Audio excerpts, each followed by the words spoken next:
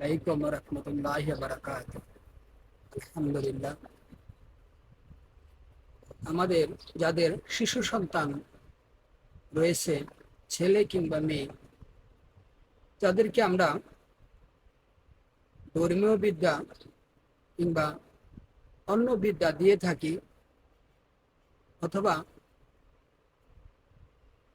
সময় সময় তাদেরকে পড়ায় থাকি, আমাদের একটা জিনিস খুব লক্ষ্য করতে হবে।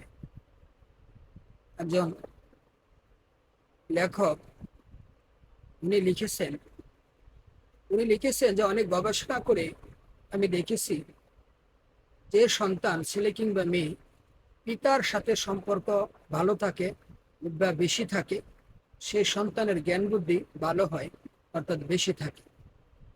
মায়ের থেকে পিতার সাথে যে সন্তানের সম্পর্ক বেশি থাকবে, সেই সন্তানের জ্ঞান বুদ্ধি বেশি থাকে, জ্ঞান বুদ্ধি ভালো হয়।